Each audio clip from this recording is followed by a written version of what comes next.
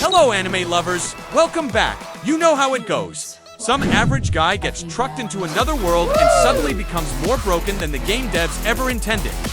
Some of these protagonists can level cities by sneezing, while others casually shatter entire magic systems like it's just a Tuesday. One thing's for sure, balance does not exist here, so grab your snacks, get comfy, and let's jump into the top 10 overpowered isekai anime where the MC is basically... I was reincarnated as the 7th prince, so I can take my time perfecting my magical ability. Yeah, the title's a mouthful, but the anime delivers.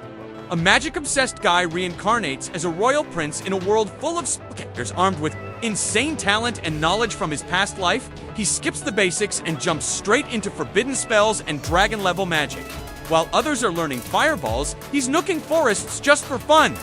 It's a colorful, chaotic ride. Don't let the magical boy art style fool you. This prince is seriously broken. Log Horizon, coming in at number 6, is Log Horizon. Shiro gets stuck in an MMORPG with thousands of other players. But instead of swinging swords all day, he uses strategy to control battles, build alliances, and reshape the world from the shadows.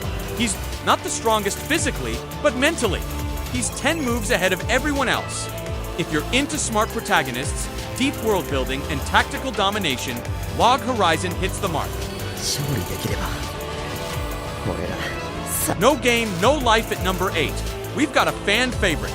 No Game, No Life. Sora and Shiro, a genius brother-sister duo, are unbeatable in any game. Seriously, after defeating a god in chess.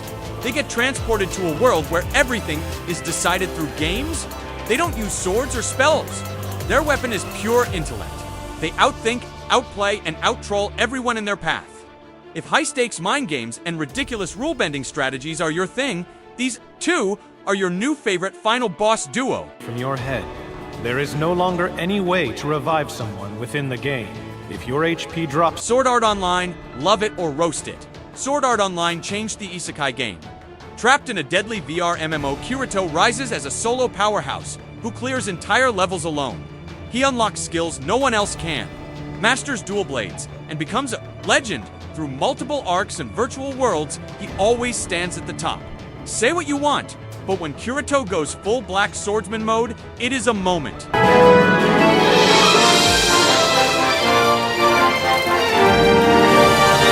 Tales of Wedding Rings, we're kicking off with Tales of Wedding Rings. Sato gets pulled into another world while chasing his childhood friend, who turns out to be a princess. Surprise! Before he even gets his bearings, he's married and boom, he becomes the legendary Ring King. But here's the catch. To unlock his full power, he has to marry multiple princesses, each tied to a magical ring. Yes, it's romance meets harem meets power fantasy, with flashy battles and solid lore. Sato's transformation from clueless teen to kingdom-level powerhouse is fast, fun, and filled with magical mayhem.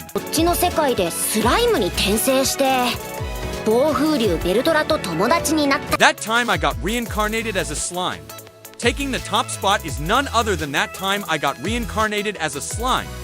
Satoru Mikami dies and reincarnates as a slime butt with the Predator skill. He can absorb anything and steal its abilities. He befriends dragons, unites species, builds nations, and becomes an actual demon lord. With brains, heart, and overwhelming strength, Rimaru's journey from blob to boss is one of the best glops in anime. World building? Check. Power scaling? Broken? Emotional depth? Surprisingly high. This one's a masterpiece of the OP Isekai genre. Tsukimichi Moonlit Fantasy Makoto gets isekai'd, then instantly rejected by the goddess for being ugly and dumped into the wilderness. Brutal, right? But plot twist, Makoto is absurdly strong. He tames dragons, builds his own realm, and casually wipes out monsters that would be boss fights for anyone else. Despite his power, he stays humble and just wants to live peacefully. But peace and power don't mix, so Expect epic fights and god-tier upgrades. 主人公パーティーの誰より強く敵キャラしか使えなかった闇属性 Villainess, level 99. I may be the hidden boss, but I'm not the Demon Lord. Next up is a twisty one. Yumila gets reborn inside an Otoma game not as the heroine, but the villainess instead flying low. She maxes out her level 299 before the game's plot even begins now. Everyone thinks she's the Demon Lord. She crushes magic classes, freaks out royal knights, and makes even the heroes look underpowered. All she wants is a peaceful school life. But the world just isn't ready for her. If you're into dry humor, overpowered queens, and a fresh take on reincarnation, this one's a hidden gem. 世は何度でも光の前に現れよう。世は不滅の王な。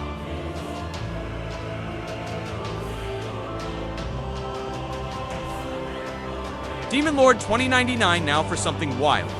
Demon Lord 2099, a classic fantasy Demon Lord gets resurrected in a futuristic cyberpunk world and still dominates. Magic meets machines, and guess what?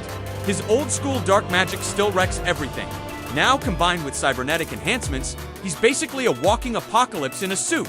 Explosions, chaos, and that pure I'll do it myself energy. This is fantasy-meets-C-B at its loudest and most chaotic. 直々に手ほどきを受けるのじゃ。生半可な覚悟で挑むことは許さぬぞ。 Even given the worthless Appraiser class, I'm actually the strongest in this world. Your class determines your worth. Our MC gets labeled as an Appraiser, basically useless. But secretly, he can see people's true stats, hidden skills, and potential after being betrayed. He levels up and goes from 0 to Nightmare tier.